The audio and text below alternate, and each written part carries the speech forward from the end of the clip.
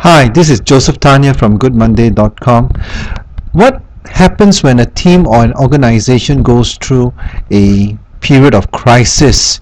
Usually they might break up, or usually they might disintegrate. Now, what is it that will enable a team or an organization to go through a period of crisis and come out stronger? What is it that will enable them to overcome the crisis and come out of it wiser and with greater unity?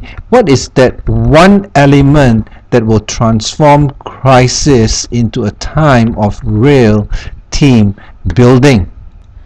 If you recall, in the late 90s, during the Asian financial crisis, countries such as Thailand or Japan or Korea tend to weather the financial crisis a little bit better relative to the other countries, and we need to ask ourselves the question why.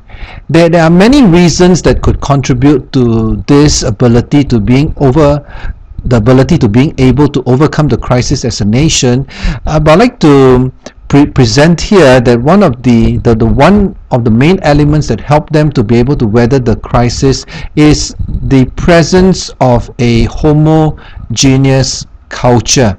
The ability of the citizens of Korea, Japan, and Thailand to speak the same language, to have the same cultural experiences. In other words, they had a common identity. Their sense of common identity helped them to rally together as a nation to overcome the obstacles and the challenges of the financial crisis.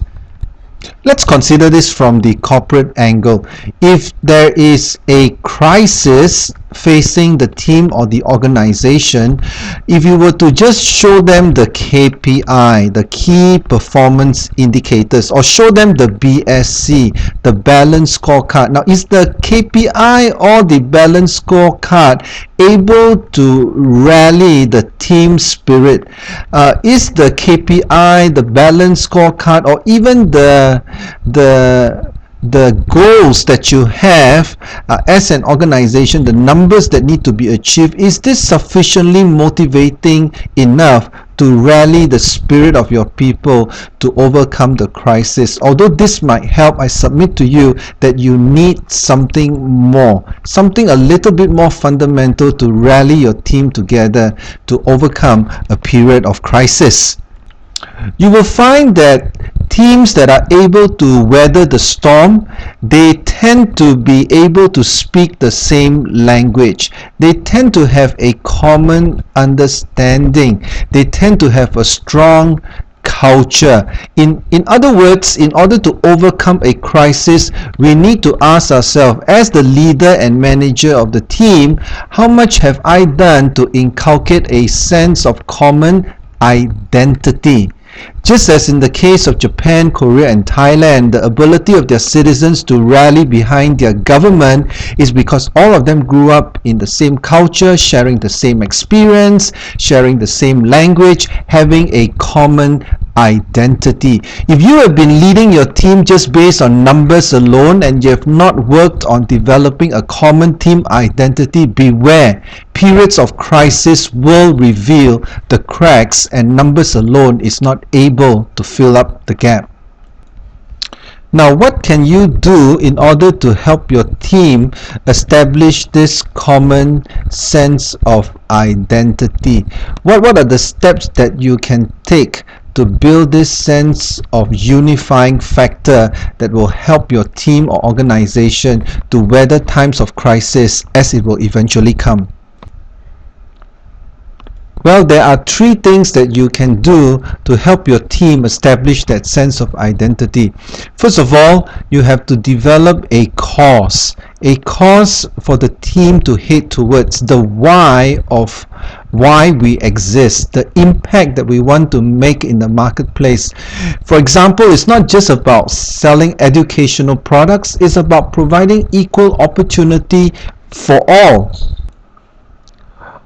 Or it's not about building houses, but it's about building homes. Or it's not about just providing transportation, but helping people to connect. Being able to humanize your objectives, being able to help your employees to connect the dots that what they do matter and what they do bring meaning to the life of others is a very important element of establishing that sense of identity.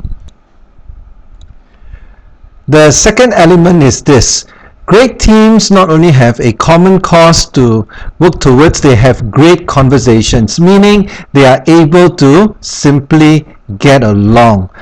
Managers that are able to bring their people together are not directive all the time. They are able to also hear what are the desires of their team members. They know how to set clear expectations. They know the individual talents of each team members. They understand the aspiration of the people. Why? Because they have got their ears close to the ground and they are able to get into regular conversations with the people so that nothing surprises them. So conversations and not communications is key in order to establish a strong sense of team identity. The third C, or the third factor, might seem a little bit surprising and restrictive, but it has to do with compliance.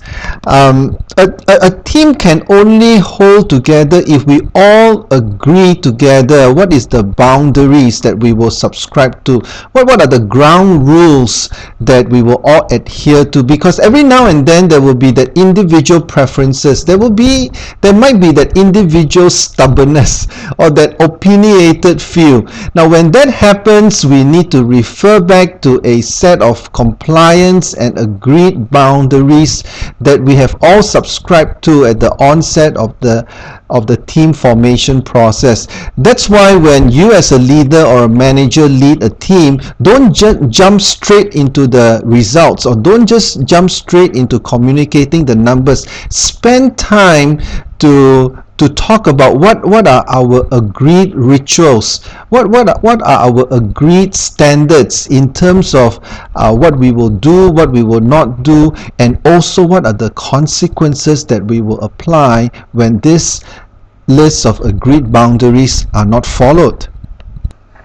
Creativity and innovation is important, but it can only happen when we are in compliance to a set of boundaries that we are all agreeable to. Without boundaries, creativity will just lead to a free-for-all situations, and it will not be targeted, nor will it be productive. So there you have it. You want to be able to overcome crisis? Well, make sure that you work on the team identity by just reminding yourself and going through with your team members, why are we doing what we are doing? Am I having great conversations with my team members? And do all team members know exactly what they need to comply to? If you have these three elements in place, your identity will be stronger, and this is what will hold your team together during moments of crisis. Numbers are good, but numbers without identity will only numb your team. But numbers with identity will truly inspire your team to greater heights. This is Joseph Tan here from GoodMonday.com. Thanks for watching.